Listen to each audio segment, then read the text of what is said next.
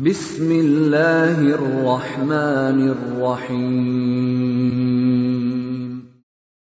Waltakum minkum ummatun yad'una ilal khairi wa ya'muruna bil ma'rufi wa yanhauna 'anil munkar. Assalamualaikum warahmatullahi wabarakatuh. Karena itu seperti hari Jumat, bagusnya tidur ke dulu baru pergi sholat Jumat. Minimal istirahat ke sejenak. Itu hari Jumat bagusnya libur ke. Jangan hari Jumat dipakai kerja bakti baru pergi sholat Jumat. Di belakangnya lagi duduk, terlambat. Itu tomina pakai kerja bakti, itu tomina pakai sholat Jumat. Tidak mandi, terlambat Tommy, ya di bagian belakang mengantuk, ditiup kipas angin AC sudah, tidak ada khutbah dia dengar. Tapi tidak begitu masjidnya, masjid Jamin insyaallah, kecuali yang begitu. Ya. Nah kita masuk di hadis yang kedua. Hadis yang kedua di kitab Subulus Salam tentang Nawaqidul Wudu. An Aisyah radhiyallahu anha qalat. Aisyah yang ceritakan ini, kalau tadi Anas. Ja'at Fatimah bintu Abi Hubais. Ini bukan Fatimah binti Nabi, binti Muhammad, bukan. Ini istrinya Jahsy bin Abdullah. Ini Fatimah juga namanya. Memang salah satu nama Pak yang digemari masa dulu itu salah satunya adalah Fatimah. Bagus. Nah memang salah satu perempuan yang penghuni surga nanti tertinggi itu Fatimah. Dia datang sama Nabi sallallahu alaihi wasallam. Faqalat. Perempuan ini datang, jadi coba perempuan juga datang belajar. Perempuan juga ikut taklim bersama Rasulullah sallallahu alaihi wasallam. Yang bawakan laki-laki, maka boleh perempuan hadir di majelis laki-laki. Selama itu terhindar dari masalah fitnah. Ya Rasulullah, wahai Rasulullah, inni imra'atun ustahadu. Saya ini perempuan yang memiliki penyakit istihadah. Penyakit istihadah itu darah yang keluar yang menyerupai darah haid.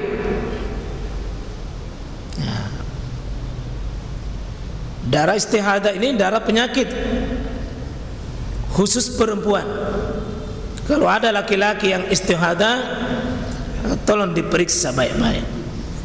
Perempuan yang istihadah ini, ya, dia perempuan datang sama Nabi SAW. Saya perempuan yang memiliki istihadah. Fala athur. Maka dia meyakini ini pada dirinya, saya wanita tidak suci. Saya wanita tidak suci. Karena perempuan ini nak pahami seperti hukumnya darah haid. Apa ada ussalah? Apa aku ya Rasulullah meninggalkan sholat kalau aku sedang istihadah? Jadi perempuan bertanya Nabi, Pak. Ini menunjukkan bahwa perempuan itu bicara langsung sama Rasulullah. Berarti perempuan itu suaranya bukan aurat secara mutlak, karena bicara langsung dengan Nabi SAW. Apa saya meninggalkan sholat kalau dalam keadaan saya tidak suci? Apa kata Nabi? Qal la, jangan tinggalkan sholat. Nabi tidak mengingkari kesuciannya. Yang diingkari itu karena dia mau meninggalkan sholat. Apa kata Nabi? Innama dzalika irkun. Yang darah istihadah itu kata Rasulullah SAW itu cuma air rukun saja. Apa itu peluh? Seperti keringat saja. Dia memang kotor tapi bukan najis dalam untuk meninggalkan sholatnya ini, ya, bukan penghalang untuk sholat. Sampai walaisa bihaid, bukan, tidak sama hukumnya dengan haid. Maka kata Nabi SAW, fa iza aqbalati haidatuk fada'is shalah. Jika kamu menghadapi seperti itu haid, ya maka kamu tinggalkan sholat kalau kamu haid. Wa iza adbarati fa'aghsili. Kalau selesai haidmu kau mandi. Angki adamu summa sholli. Ya, kamu itu cuci istihadamu itu, kemudian kamu sholat. Nah, maka kalau menurut pengambilan dalil ini, maka sepertinya penulis mengendaki istihadah itu adalah termasuk pembatal wudu.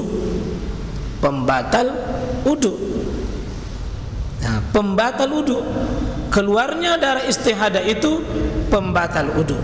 Ada sedikit penjelasan di sini Pak supaya kita bisa lihat, insyaallah, hukum-hukum yang berkaitan dengan istihadah.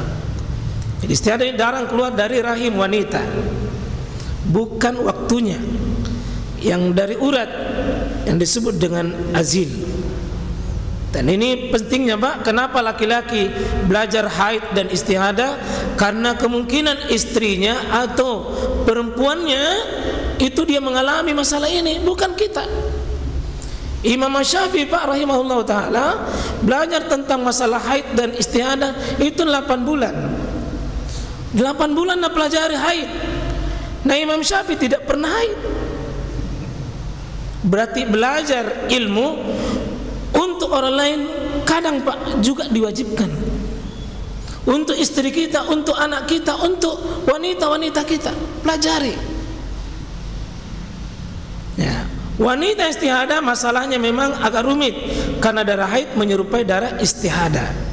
Jika darah keluar dari wanita terus menerus atau melampaui waktunya, ia ragu apa itu darah haid atau istihadah, maka ia boleh meninggalkan saum dan sholat.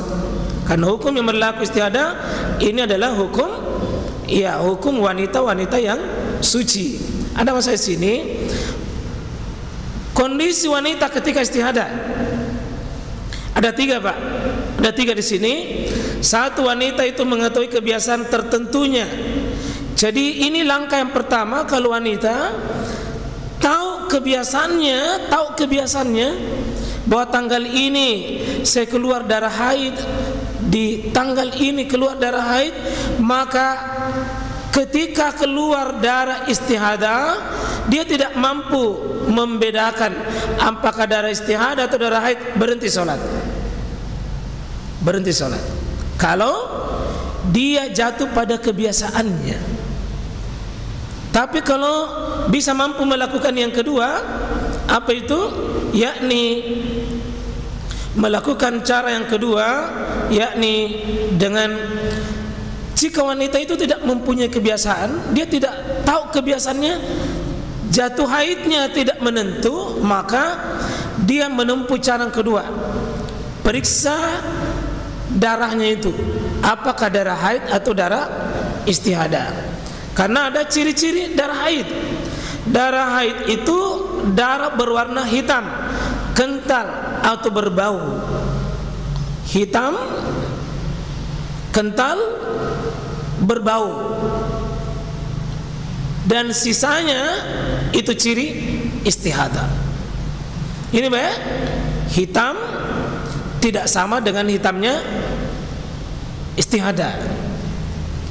Kadang berbau, kental. Kalau darah istihadah berwarna merah, sedikit kemerahan. Ini agak susah kalau laki-laki dijelaskan. Karena saya juga tidak pernah juga haid dan tidak pernah istihadah. Cuma membaca juga penjelasan ulama. Kalau mau tanya Pak, tanya istri kita. Ya, ini yang punya istri. Yang tidak punya istri, jangan ditanya istrinya orang. Ya, senyum-senyum kiam mau punya istri. Ya. Cara yang ketiga, kalau tidak bisa maka lakukan cara yang ketiga. Ya, yang ketiga, jika wanita itu tidak bisa tahu kebiasaannya, tidak bisa juga tahu mampu membedakan ciri-cirinya, maka wanita itu tidak memiliki itu tertentu tadi, maka yang dilakukan berdiam diri pada masa umumnya wanita haid. Wanita haid itu pada umumnya selama 6 atau 7 hari. Seandainya Pak keliru dalam memutuskan, itu dimaafkan oleh Allah. Dan ini butuh ilmu dulu. Ya, butuh ilmu dulu. Nah, dari istihadah ini kesimpulannya adalah membatalkan wudu.